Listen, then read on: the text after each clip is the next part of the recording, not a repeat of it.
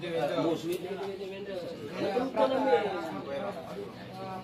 Jadi dia situ Oriana berarti situ.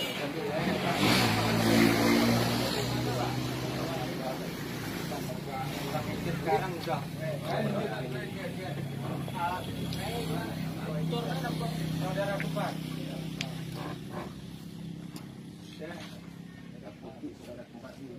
Macam isu kira. Betul. Ini kita punya